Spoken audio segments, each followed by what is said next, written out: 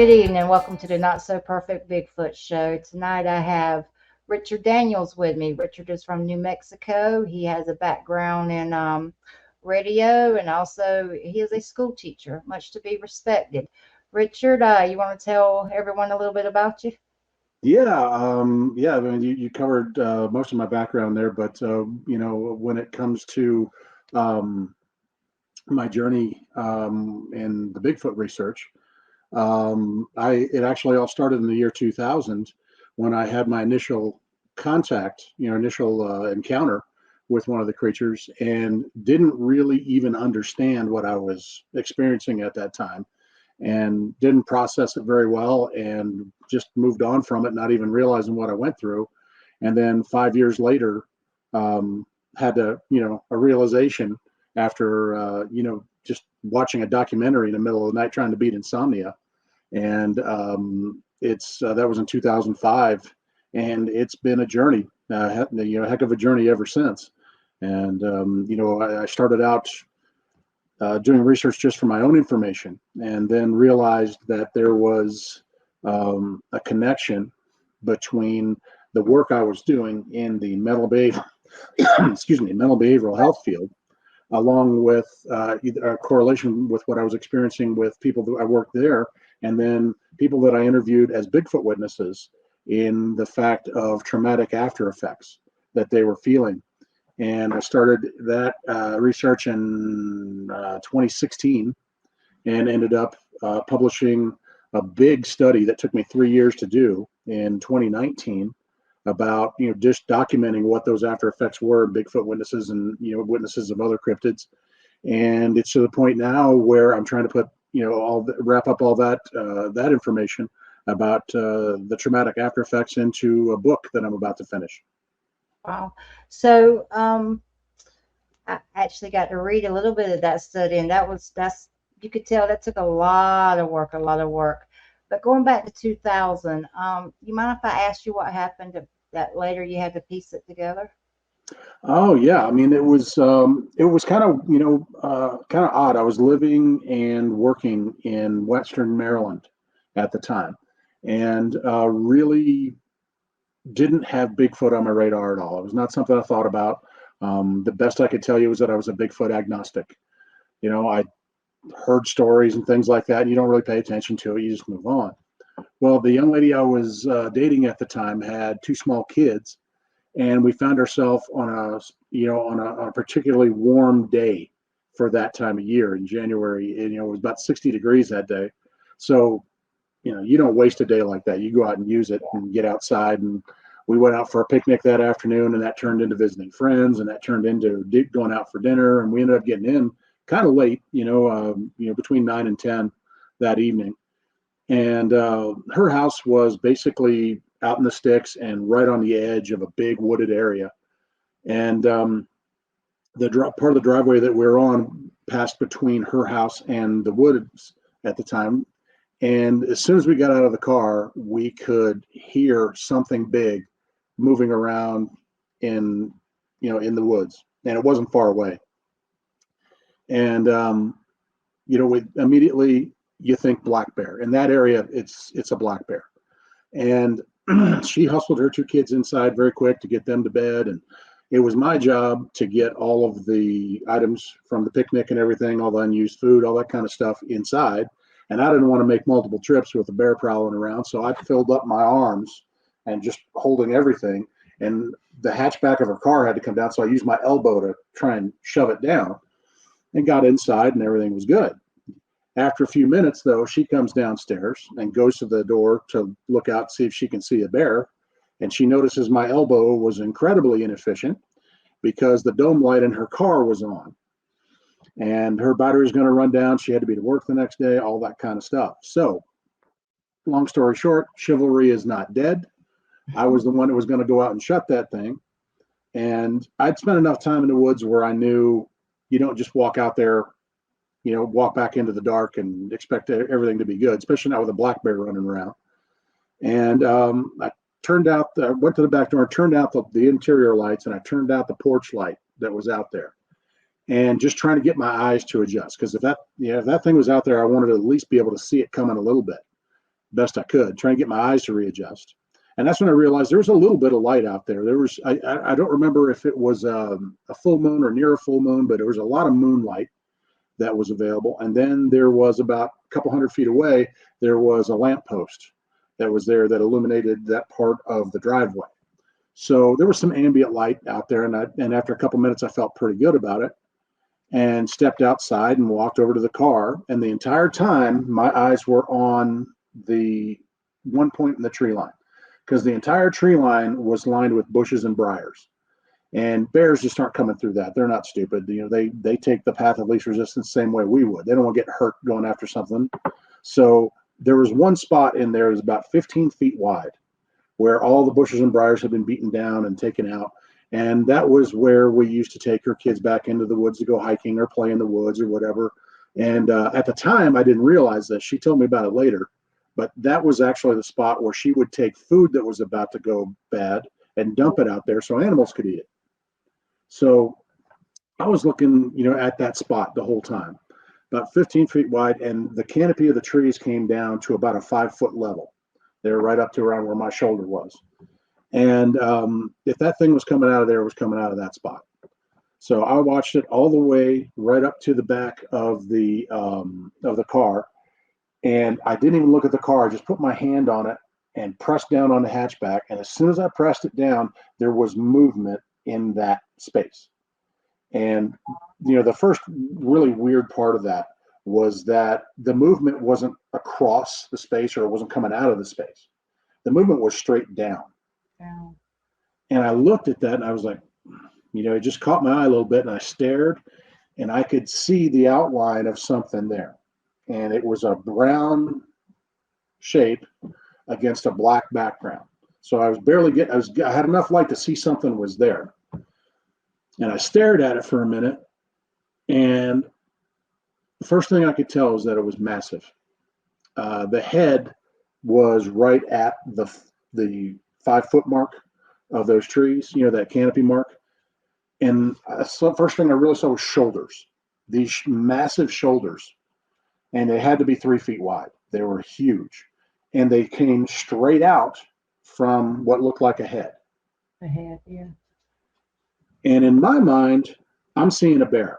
This is a bear. I don't think Bigfoot or anything like that. That wasn't on my mind. I'm thinking I'm watching a bear. And the first thing comes to mind is, what kind of bear is that? Bears don't have shoulders that come straight out like that. They just don't. They're slope shoulders. Especially, the movement going downward means it just sat down or something. And I'm thinking, well, how does it have shoulders like that? And I was just staring at it. It just bugged me. And then I could start to make out in front of it these knees that were kind of sticking up, kind of almost at 45s, like it was crouching. And and again, here I am, on my mind, it's a bear. And I'm thinking, what kind of bear sits like that? Bears don't crouch. They sit down on their haunches the way a dog does, or they'll just sit right down on their behind, their feet stick out. I'm just trying to figure this thing out, just trying to look at it. It's about 40 feet away from me. And I didn't know it at the time, but what I was going through was something called cognitive dissonance. It's where your brain is getting input of all kinds, and you're just not grasping it. You're just not processing everything that's in there. And I kept thinking, what kind of weird looking bear is this? And I stared at it. Literally just stared at it it had to be a little bit more than a minute. Just standing there at the end of the ride. I hadn't even taken my hand off the back of the car yet. And after about that minute or so, my girlfriend at the time, I hear her from the door going, "What are you trying to do? Get killed?" And snapped me right back to reality. And I realized there's this massive bear standing there 40 feet away. And I got 20, 25 feet to cover to get to the door. And the last thing in the world you want to do is take off running with a bear there, because they'll chase you whether they're hungry or not. That hunting response. Mm-hmm. So I just sort of started backing up, nice and easy. I had my eyes on it. Went about 10 feet or so. It hadn't moved. So I just turned around and walked in the house. No problems, nothing to worry about. We stayed up for a little while, make sure there weren't any problems with the bear or anything like that. Nothing happened. So now, fast forward 5 years. Okay. I'm no longer dating this woman. I'm with the lady who became my wife when we had moved to Orlando, Florida. And I'm sitting there, I deal with insomnia. That's one of the things that I have to go through. And I had a real rough bout one night, and I'm sitting there flipping through the TV channels at 3 o'clock in the morning. Run across this documentary about Bigfoot. And I literally remember saying the words, "This will put me to sleep." Start watching it. About 15 minutes into the show, there's a gentleman from Washington who comes out on there and starts talking about this Bigfoot that he encountered on his deck at his house, where it went over in a corner and crouched down. And what he described that he saw was about 95% match to what I had seen 5 years previously. And it kind of clicked then, didn't it? It didn't kind of click. It came down like a jackhammer. And 5 years later, 1,000 miles away from where it happened, I broke out into a cold sweat. My hands started to shake. I got up and I went to go splash some water on my face. I looked in the mirror. All the color had drained from my face. The impact was amazing. It was amazing. And I didn't realize at the time, but I was going through what's called a stress response. And it's where your body and your brain get yourself prepared for a confrontation, for some type of self-defense. And what was doing that to me was a chemical that's released in your brain from the amygdala in your brain. It's called cortisol. And cortisol, the easiest way to explain it is cortisol does for your brain what adrenaline does for your body. It fires it up and gets it ready to be able to handle a situation. And would you it say was just that's kind of, I'm sorry. Would you that's say okay. that's kind of like your mind going into a fight or flight kind of Well, mode? it's not even that. It's something where you're just your body gets kind of fired up for and ready for a situation, ready to defend itself. That can manifest into fight, flight. There's 3 other responses that are part of that as well that it could be, which I document in my study. And at that point, I was just, I mean, I want to say I was out of my mind, but it wasn't a crazy out of my mind. It was just, I was into this point where I was noticing very minute details of the room around me. I could hear stuff that I don't usually tune into. I just, I couldn't keep my attention on anything. I was constantly checking around the room. And what happens is when you go into that level of a stress response, when you go into a situation where there's something that is so impactful on you that you go in there and the fear and the anxiety that hits you and everything sends you to that state, it becomes that cortisol takes your brain into a state that's very similar to ADHD. And I didn't find that out until several years later when we moved to New Mexico and I started working in the mental behavioral health field with behavior challenged kids. And it took me from 2009 to about 2015 or so to start to realize, wow, these kids are having these same type of responses to, more commonly known traumatic situations like chronic abuse, like a very violent, car crash, something like that, witnessing, a violent act or something. These stress responses happen and they happen at the moment. And this is how your body and your mind react to protect yourself. And it was that realization that I started to look at the connections between the two, because the same things were being reported to me from Bigfoot witnesses. And I didn't realize it up to that point. And that sent me into the study that I did, which started in 2016, interviewed over 400 people, ended up keeping 148 of those cases for the study. And it pretty much documented the full spectrum of stress responses and everybody that went through. It was the first work of its kind I don't think anybody had ever really looked at this before, and I honestly discovered it just by a fluke connection. So Yeah. it was really eye opening for me. Okay, a couple of things. When you started your study, it was not welcomed, or you didn't get a warm reception in the Bigfoot community with it, did you? Well, I from people that were witnesses, people that had experienced this stuff.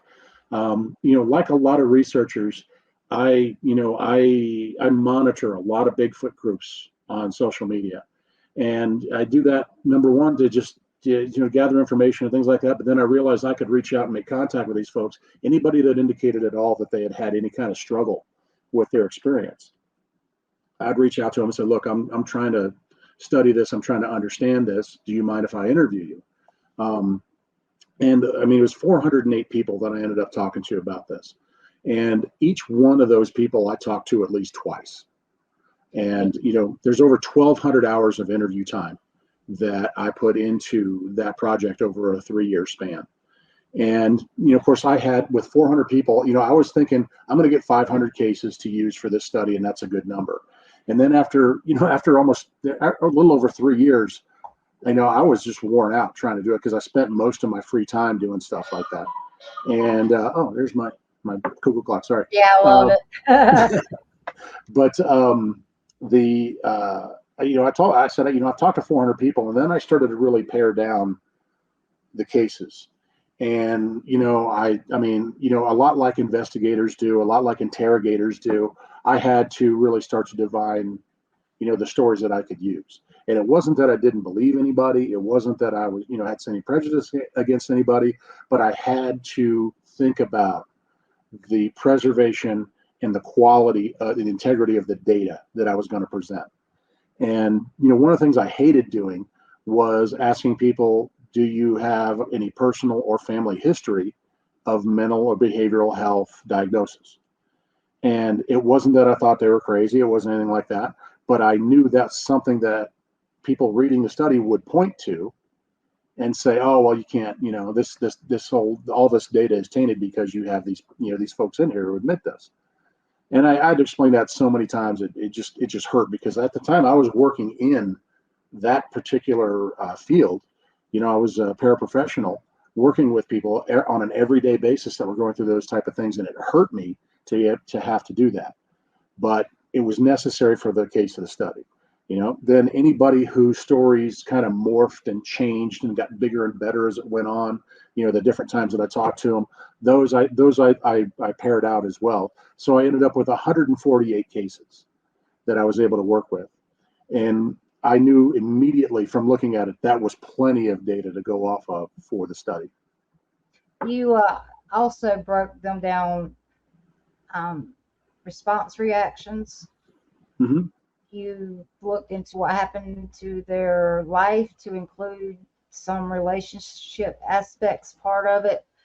Mm-hmm. Um, um, who stepped forward to get professional help, Yep. and And how they were treated in the process. yeah, that was pretty disturbing.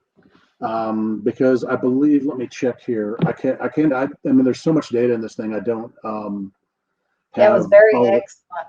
have it memorized, but there were, oh geez, let me see how many. I believe there were 22 individuals out of those 148 that actually went and sought out professional help in for some sort of therapy or something. Um, and I was really surprised what happened. Some of them ended up getting diagnosed as schizophrenic or bipolar. One lady who was 38 years old was diagnosed with early onset dementia. There were a few. There were a few of them that were told to go somewhere else. Actually, denied service. And that Wow, was disturbing. That was that absolutely is disturbing. that is disturbing when you're looking for help and you're looking for, honestly, to make peace with what your mind's trying to process, Yep. and just get rejected like that. And Well, in look, that field, and that it's not supposed to happen. You're supposed to offer treatment to somebody who comes forward. And to hear that there were mental health professionals that did that just hurt, because I was working in the same field, and the agency that I worked for at the time never would have turned anybody down, regardless of what their story was. And You so it's all about professional reputations and everything else. And I just think that's very petty by people. well, you didn't only do Bigfoot. Ex, Correct. you did Dogman, UFOs. Hmm. Well, there's about five people I mean, initially it was all about Bigfoot. And then I realized through talking to people, and I had contact with people that had other stories, I came to realize, well, there's some other cryptid stories here that are generating the same thing, but as you go into something, you want to stay in one lane, and then all of a sudden the lanes kind of widen and you got new lanes, and there's other things that happen as you go along. So I included, I believe it was five different dogman witnesses and a couple of people that witnessed, alien creatures. It, One of the alien creatures was a human-sized, 6 foot tall, like almost like a praying mantis type creature that was reported to be seen. I've And heard I that don't know about before. you, that scared daylights out of me. I, I heard that before. You told me we kind of briefly went over my Dogman encounter. You put me into freeze Hmm. response because Well, I there, told you I said I held on to my coffee, but I was like, yeah. WTF? That does not belong to my environment. But you and that made and looking back, that made me kind of understand my response. Just by understanding that, it kind of Hmm. made sense on because people say, well, if you didn't get afraid at the time, that you didn't have an experience, you must be lying. But your mind is processing it, Yeah. and so I really get upset when I hear people say that. Well, I mean, if you're not really grasping what's going on at that time and you just stand there dumbfounded, I mean, that doesn't mean, I mean, everybody, oh, you should be afraid. Well, no. I mean, what I've found in this research is that there is no way to predict what your response is going to be, how you're going to react. And I see these questions online all the time. And I see, oh, I do this and I do that and everything. You have no idea what you do. I've met combat veterans that froze in fear. And I've also talked to, 70-year-old grandmothers that picked up a stick and were ready to go for a fight. So you have no idea what you're going to do. My particular response was I was dumbfounded. I just froze in place and just stared at this thing. It's a similar response to what your experience is. And but there are actually five different, responses. Everybody knows fight or flight. That's pretty common knowledge. Freeze is another one that other people, some people know, some people don't. But there are two more responses. One is called fawn or flop, which is where you either turn away from what you're seeing or what you're experiencing, you turn your back to it or invert your eyes. And the flopping part of it is where you just fall on the ground. That's the response to it. And the last one's called friending. And that's where people believe they have an intimate connection of some sort to what's going on, to what's causing that, or what everything's going on. And in the Bigfoot um, world, it's they felt some sort of intimate connection to the Bigfoot, some sort of insight. And there were a few people, that reported out of the 148 we had. I believe there were seven that reported some sort of friending response too. And each one of these responses has a different spectrum of effect, but of what they do. And in the study, I break that down a little bit for people and let them know that, say, for the flight response, which was the biggest one, there were some people that took off immediately. There were some people that stood there for a minute and then took off.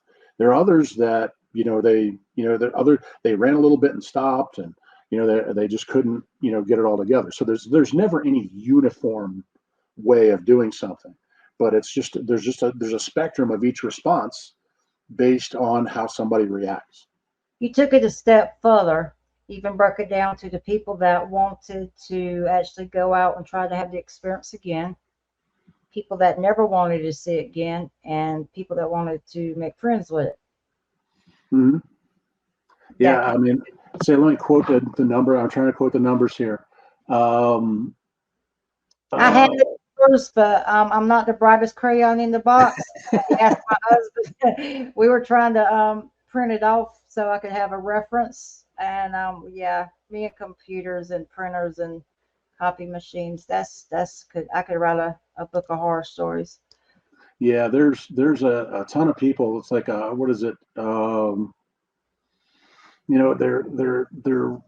believe there were 37 people that weren't sure, that were unsure of that. But you think about the others, 111 more. Then it broke down of almost 50-50 about of those 111. Some people, half of them wanted to have another experience, the other half didn't. And that's a good measure of the depth of impact that this experience has had. If they don't ever want to see one of these things again, that's a very heavy impact. That's somebody who's really feeling it in a very negative way, and it's really hurting. The other folks that do want to have that experience again, they processed it differently, they received it differently, and were able to get through it some way, somehow, and want to go back. That's the curious end of things. And that's what I went through. I went through that experience and came out the other end going, wow, I just want to know what happened to me. I just want to know the truth of what's going on. And that's when my research journey started. And that I had three more experiences after that, including one back in 2019 when I was actually staying up in the Upper Peninsula of Michigan. I was there as a conference speaker and had an experience on the property I was staying on. I would love to hear those. No, how much time do we have? It's, it is your show, sir. You just keep on going. Well, let me go back. So the second experience that I had was in 2011. I had moved to New Mexico in 2009 after doing a few years of research in Florida, and I hooked up with a couple of guys that are up in the Four Corners area where New Mexico, Colorado, Utah, Yeah. and Arizona come together. They were working, an area outside of Silverton, Colorado, about 50 miles away. Which Silverton, people will probably remember it because that was the hoax that everybody saw. The bunch of people on a train there saw a Bigfoot on the side of a hill and everything like that. And that was recently, but not. It was about 30 miles from that area where we were working in a wooded area. And their idea was there was a little canyon, small canyon there. It's in the foothills of the Rockies, so those little canyons are everywhere. But they had found a place where they thought were some activity in a smaller canyon. And their idea was to put somebody in a tree stand at the end of the canyon and start at the other end and start walking and trying to flush whatever's in the canyon up that way and see what can be found. Um, as a visiting researcher wasn't totally with their group all the time, I got to be the guy to sit in the tree stand. And I went to it first, and it was only about 12 feet off the ground. And my initial response was, "Oh hell no, no!"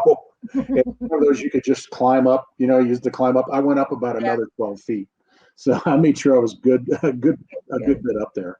Um, one of the things that I think scared me so much about my first encounter was that I realized that thing could have walked over and pulled my arms out of my sockets if it wanted to, and there's nothing I could have done about it. So I still felt that in some way, and so I made sure I was a good bit up the tree. And about 3 hours later, because they had to go all the way back down. It was a couple of miles. They had to go back down and then start up, the canyon. And I could, they had let me know via radio that they were starting their sweep, and they had people on each side, each face of the canyon coming up. And I was just sitting there, and it took about an hour, maybe like an hour and 15 minutes, and just sitting there. And then I started to hear animals that were being moved, deer moving through, and a couple of elk went through. I mean, that's a big area for elk. And then I could faintly start to hear the team, the people, and as that because it's a totally different sound of them moving through the woods and anything else. And that's when I heard these footsteps. I could hear big footsteps, and they would move fast and then stop, and then maybe move a little slower and stop, but they were distinctive from anything else. And they were heavy footfalls. And then I started to hear them coming right at me, just boom, boom, boom, boom, boom, boom, boom. And I don't know if whatever it was stopped right under the tree I was in, or was one very close, but I could hear it stop. And you can determine what direction it's facing by listening to the breathing, because it was breathing hard, having run, and it was looking back in the direction of what was coming. And I hear this and I hear this, and I'm going like, wow. And I'm just sitting there again. I'm just trying to tune in, because none of us could afford any night vision gear. So we didn't have any night vision gear. And I'm sitting there listening to this for about 30 seconds, and I realized, man, I could be recording this, audio. And I started fumbling with my phone, and apparently the thing heard me and took off. But it was not a deer. It was not the four footfalls that you hear a deer or an elk or something like that. It was bipedal. It was big, heavy, crashing through the woods and the brush and everything else. And it was close. It was really close. And I'm not gonna say 100% that it was a Bigfoot, but I'd love to hear what anybody has to say that it might have been, When because you I know, you could know. distinctly hear two footfalls. I mean, there was no mistaking that. But you said it was breathing hard like it had been running. Do you think it was chasing something, or do you think it was running back from the people coming up the valley? I'm pretty sure, like everything else that was running through there, it was running. It was being flushed out of there. And those fellows that I worked with up there, they had done their work well. They had tracked. They'd spent over 3 years tracking down that location to be able to use. And it was, I mean, they did a great job of that. And I mean, I was very lucky to be part of that excursion that they had in there. And I just kicked myself that I didn't have my phone ready to record something, or I didn't ask about any recording equipment. That's why you call it the human experience. I hear so many people say, with all the technology in the world, why haven't you proved this, or why didn't you get your phone out? Listen, people, it's called being a human being. Just get over it, okay? I mean, we're Hmm. not perfect. You get stunned. Your mind's trying to see what's going on over here. You're thinking safety. Am I food, or am I the big dog in the forest right now? You don't know. And so when I hear that, I'm just like, people, just give me a break. You go out there and have an experience with one. Then you come back and you tell me why you didn't get your phone out in Yeah. 2.3 Well, seconds. I had a discussion like this with somebody yesterday, and the quote that I gave them was from Mike Tyson, the boxer. And he's famous for saying, everybody's got a plan until they get punched in the mouth. And it's That's the true. same type of situation that you're dealing with. Everybody's got this in their mind that, yeah, I got this, and this is going to be taken care of, and I'm going to do this and I'm going to do that. And the high likelihood is that you're not going to encounter anything when you go out there, because you don't know what you're doing. And if you do, I can tell you from my research, they have no idea what they're going to do. I've had plenty of witnesses tell me, and I've interviewed over 700 people in almost 20 years of this, and Wow. they there's so many people tell you, yeah, I mean, I saw this thing, I had no notion whatsoever to even reach for a camera or anything like that, because the experience is so overwhelming. And for most of these witnesses, and you can probably speak to this to yourself, the experience just shatters the reality that you're used to. You're It accustomed to does. things being a certain way, and that's your reality. And then something shows up like that. It's not supposed to be there. Society tells us it's not supposed to exist. And then B, it's massive. The size of these things is just incredible. And you tell people that, yeah, it's really, really big. And you tell them that's 8 feet tall. And oh, okay. And they think they understand what that means. But when you take something that's 8 feet tall, maybe more, shoulders that are 3 or 3.5 feet wide, massive, and it looks menacing. A couple of the witnesses that I include in my book talk about just how scary looking the thing was. not just big, but it looked menacing. And it just blows away any notion of your regular world that you have. And it's that jarring an experience. Well, on top of that, then you get ridiculed if you talk about it. But I'm gonna go back to the tree stand. Hmm. Okay. I told my husband, Johnny, I said, I tell you what, I said, I would love to go up in a tree stand. I said, but it's got to be one of the cool ones, like the lounge ones, so I can kind of chill out. And yeah. And, but that 24 feet, you went up 24 feet. I'm, Hmm. I'm thinking I would like to go up 36 feet because if that thing comes up the tree, I will at least like 3 seconds to talk to Jesus before I go out. And that's just where that's just where I stand. But another thing is when I saw that little thing cross, it wasn't a little thing. It weren't overly massive like I hear people describe Dogman. It had useful muscles. I mean, I Hmm. heard that term a couple of months ago, and I'm like, oh, I'm gonna borrow that because it fits.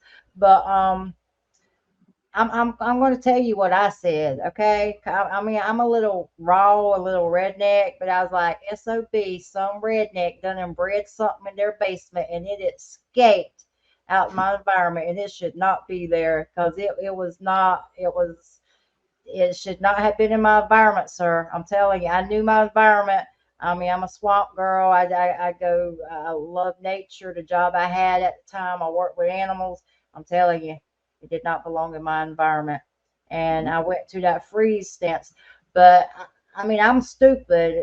Like when it let, I mean, don't get me wrong. I went back in my truck, not like it was going to protect me, but hey, you do what you know, right? It's just like sometimes when I spoke with someone the other day, and when they get nervous, they start talking. Well, that's something you can control.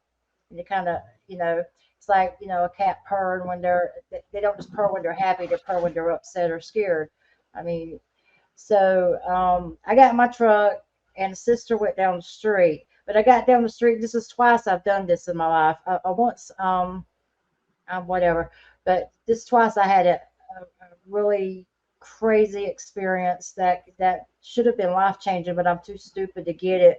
But so I go up the road and I was like, I got pissed because it ran me out of my. I mean, I got pissed because I left the area, and I'm like, I'm a 17-year law enforcement officer. I mean, I'm medically retired now, but I was like, that no, I'm the alpha dog here. And I turn around and I come back, and what I didn't do is get back out of my vehicle, but I did just enough where I could save face because I had to work there. But when daylight broke, I did go to the edge, but that I mean, this was back in 2017. I laugh about it now, but I mean, I sat on it for a while, and eventually I told my coworkers. And looking back, I mean, I'm a weird person anyway. I mean,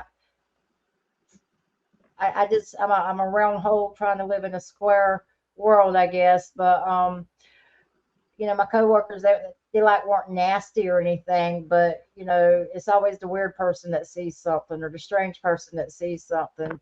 And so I mean, I shut up about it for a while, but then I went through like, oh my God, I don't care what you think of me at this point in my life. I'm 52 years old. I've lived my life, but brother, I totally get about moving that stand a little bit up because I want to try that. Because you were with a crew that spent 3 years studying a location, and Hmm. you got that magic moment they'd worked 3 years for. Yeah, and That's from what I understand, they did it several more times and were able to get some audio recordings at least of yeah, different things that were going on. And then after that, that particular area dried out. So obviously, what was there moved on. Was feeling harassed or whatever, it didn't feel secure. And I mean, the three things these creatures need are food, water, and security. And security. one of them bottoms out, they take off, and there's no two ways about it. So I mean, that's the hard part about this research is finding an area that you can actually work and finally to figure something out, and then the ability to generate some actual data, not just try to find hair samples or whatever like that, but trying to find something behavioral or try to Behavioral. find something. Are they? I mean, what are the communication means that they use with the tree. Do they tree knock? Do they howl? Do they whistle? Do they hoot? I mean, there's all kinds of different things that you can do, but the ability to find these places and be able to do that kind of research and not to be intrusive enough to drive these things away is hard to do. It's very, very hard to do. And there's some incredible individuals in this field who have done work like that.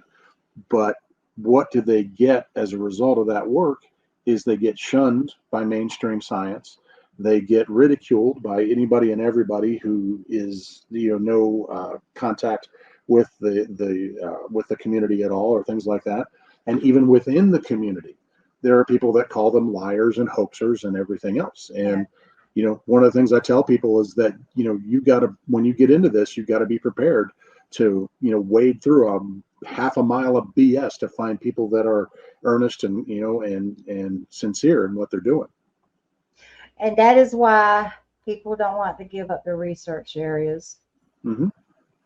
Yep, that's a valuable resource, and it's a very rare resource. I've had 4 encounters, and 2 of them were because of the work of other people that I found some good people and was able to hook up with them and go to where they were. And I've been very fortunate in that way. The first time the creature found me, second time I was with somebody that was good. And the fourth time it was because I was with somebody that, I was there actually on the actual property of somebody that was hosting a conference, and I was a speaker at that conference. So I was very lucky there. So going into your third encounter, how did that happen? That one was easily the most jarring experience I think I've ever had. I knew just enough to get myself into some trouble, and I feel like I'm very lucky to have been there. Like my friends up in the Four Corners area, up in the Silverton area, I started tracking down my own area to start researching. And it was here in New Mexico. And the event that spurred me looking in this area was a newspaper report of a town to the north called Jemez Springs. They had a sudden spike in missing dogs and cats from that town. And I made the connection in my mind, okay, those are easy prey. Those, I mean, there's hundreds of reports you can find of them grabbing dogs and cats and whatever.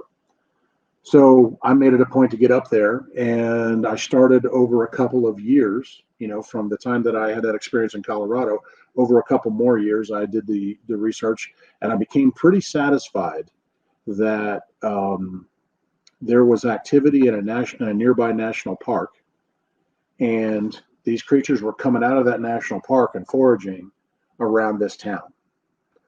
And I saw, there were a couple of partial footprints. There were tree breaks. And they were all in a path that I was able to identify, and they kept occurring over time. So it was something that I was pretty sure about. And I started to zero in on this area of this border of this national park as a place to go. And so it was the spring of 2013 that I ended up going there. I was working in the education field at that point, and I took my spring break. I would say, okay, I'm going to do this, and I got out there, and I can't tell you what national park it is because it was a federal offense to be out in that park at night. They cleared the park at dusk, and I hiked in about 45 minutes before dusk, and I found it was just like a little. I mean, I want to call it a little box canyon, but it wasn't even that big. It was basically just a groove in the ground that was maybe 20, 30 feet deep and about 100 feet wide. So I set up on the rim of that. And what I did is I found a bunch of deadfall and I built a blind. And the blind was facing into the park. And about 4 or 5 feet high, and I had a bucket that had a cushion on it. Usually a 5 pound bucket, you find the cushion lids for it, and I had one of those. And I sat down on it, and I could see about right here above it, and that's what they were set up. And it must have been pretty good because a couple of park rangers came walking through there, right before dusk, and realized they didn't see me, so they didn't pick up that I was there. So it must have been pretty good. Wow. And that was my plan. My plan was I just walked out there and did it. I had a camping knife and a bottle of bear spray. That's what I had with me. And that's powerfully unprepared for the creatures you know about. Okay. If a bear had happened on me, I'd have been in real bad trouble. So but in my mindset at the time was, okay, this is all my work. I'm going to be the man. I'm going to be the guy who proves it all. I'm going to be rich and famous. This is the way it's going to be. And, again, I was, I knew just enough to get myself into that situation. And throughout the evening, it was a pretty, normal thing. The forest settled down and everything was fine. And then I want to say about 1 o'clock in the morning, I heard a distant call, and it didn't sound like a coyote. And then a little bit, it didn't sound like that either. And a I little bit love it. later, a little bit later, I heard another one, and it was closer. I could definitely tell it was closer because of the tone and, the proximity. And I kept telling myself, could this be happening? Could it be happening? And then a third call came out, and it was there, and it was definitely closer than the last two, and it was definitely in a line coming towards me. So I was in that area, so I thought this thing was going to pass somewhere close. Wow. And then I guess it was probably closer to 3 o'clock that morning that I heard something walking. And it walked and walked and walked, and it sounded like it was coming towards me, and then all of a sudden it stopped. And I'm looking around, and of course I don't have any night vision gear. I was brilliant enough to get out into the woods in the middle of the night, but I wasn't brilliant enough to do anything that would help me see. So it was just an exercise in stupidity on my part. So, and I'm thinking, what's going on here? I'm looking into the dark, and then I start to hear growls. Hmm. And I start to hear barks. And apparently this thing saw me. It made me there. And I know it got angry. I can tell you it got angry. I could feel Wow. it because I kind of rose up a little bit to look, and I could feel the sound waves of these barks and growls and things hitting me in the face and in my upper chest area. And it literally started stomping around my position. It was about a 270-degree arc or so, just stomping around. And I figured out it was trying to scare me out of there. It could have went around me and took off, everything like that, but it wanted me gone. And the only thing I could think to do at that point, because that's when I realized I'm in over my head. I'm not ready for this situation at all. I needed some, 357 caliber, backup at that point. The only thing I could think to do was not to let it go behind me. And so I'm sitting on this bucket, on this cushion, and when it moved, I just sort of pivoted with it. I pivot back and forth, and I kept facing it. And I did not want it to get behind me at all. That was the only thing I had on my mind. And this went on for 35, 40 minutes, somewhere around in that area. Obviously, I wasn't watching the time. And then I could distinctly hear it. After all that, I could hear it snap off a tree limb. You hear that pop. And it was at that point I realized that the forest had woken up. Birds, everything moving around, you could hear it all in the middle of the night, which is almost never happens. And so apparently, the thing was really worked up. And after I heard that branch break, I just went, he's going to come over here and beat the daylights out of me with that. And that's just was my thought. And then a few seconds later, about 7, 8 feet to my left, boom, this branch, tree branch lands, and with a big Oh, thud. it was how far away? I'm guessing the best guess I can give you is 20 to 25 yards was the range on it. So you're talking 60 to 80 feet. This thing Wow. was, and you know, once that hit, I got a couple more barks. There was this sound that I really can't tell you exactly what the sound is, but it sounded like this angry, almost a gurgling sound.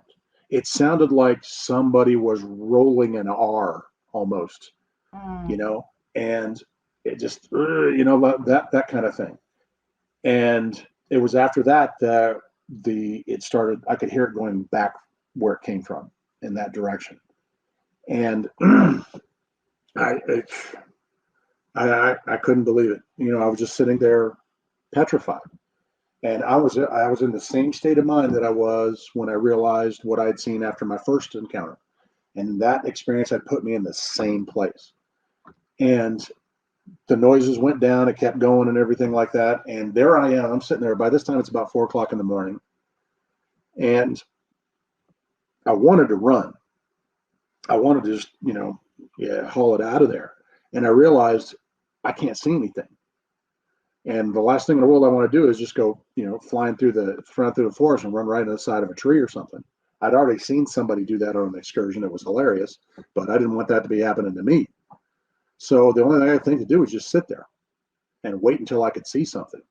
Wow. I had a little bit of night vision, and I hadn't used the flashlight that I had because I wanted to keep that night vision. I don't think a flashlight would have helped me much anyway. So I just sat there and waited for first light, which was about an hour and a half later or so. And it was amazing. So I started packing up my stuff very quickly, and I looked over to where that branch was that it had thrown. The base of that branch was about that big around, and the branch itself was 7, 8 feet long. It was healthy. Yeah, I'm going to guess it was probably 40 or 50 pounds. You know, because big, thick brand. I mean, it was healthy growth. It wasn't deadwood. And I took a 45-minute hike and turned it into about a 20-minute jog and got out of there and got out to where, my car was, got everything into my car, sat it down, and then got in my car and I had the key in my hand. And I am not too proud to tell you that I just broke down and cried like a baby because the entire stress of all that just kind of hit me all at once. I was on a mission until I got back in my car, and then it just crushed me. And ever since that night, I will not go back into the woods by myself. And it doesn't matter what I do. I mean, I work with a research group here in New Mexico. We never go out at night by ourselves. It's never a solo mission. And we make sure that we're out there supporting each other. We try to have at least 3 people, if not more. But yeah, since that, you won't get me to go into the woods by myself. I'll stand there and look at them, but I won't go in. A couple of things. If you see me fidgeting a lot, it's not that I'm not. I broke every region of my back, so I'm constantly adjusting my weight. So, and I know this is speculation. So, at any time, it could have went over there and snatched you, and you would have been a missing 411 case. Why do you think it didn't? You think it caused? I mean, you can turn and face it on your bucket all day long, but if there's more than one, it doesn't matter. What do you think stopped them when something that mad and displayed that behavior? What do you think stopped them? In talking to a lot of people about it, and I talked to a bunch of people on different perspectives, seasoned researchers. I talked to some friends of mine that are First Nations folks that are around that area and everything like that. And the best scenario that I think that fits it best is that I was probably dealing with a younger male because it was by itself. There was no other activity that I could tell.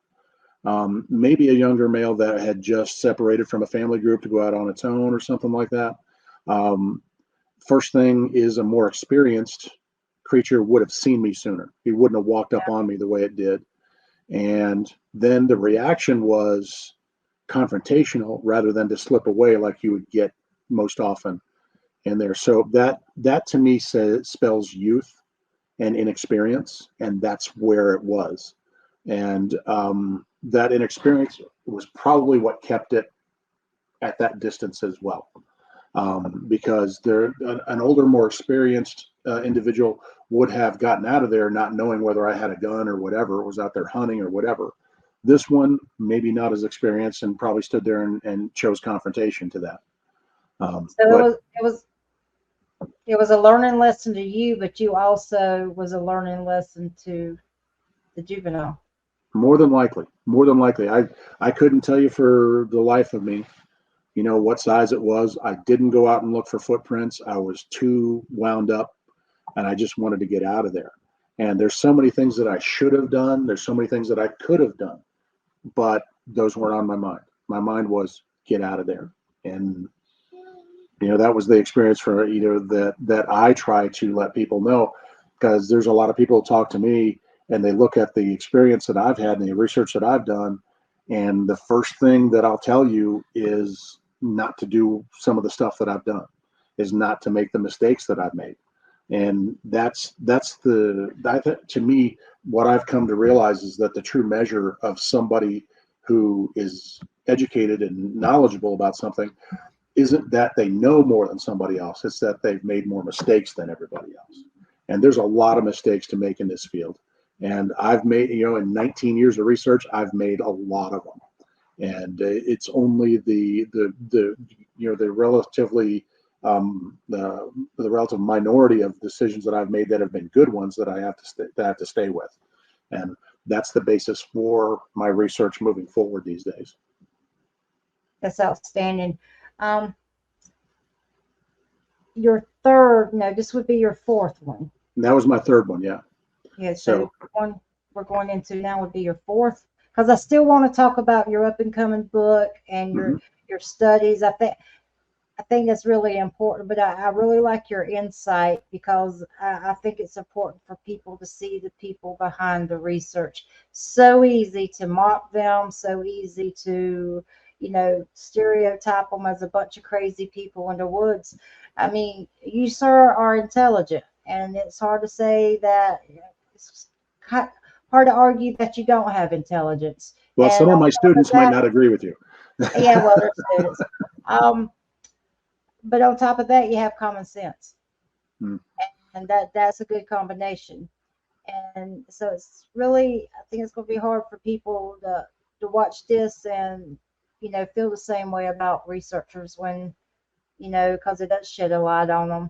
So so I want to pause right here. Then I want to go into a part two. So if you want to get a glass of water, or run to the bathroom, or take a break, we can roll into that, because I really want to, as long as you're willing to talk, I would really like to get you out there, because I think you deserve it.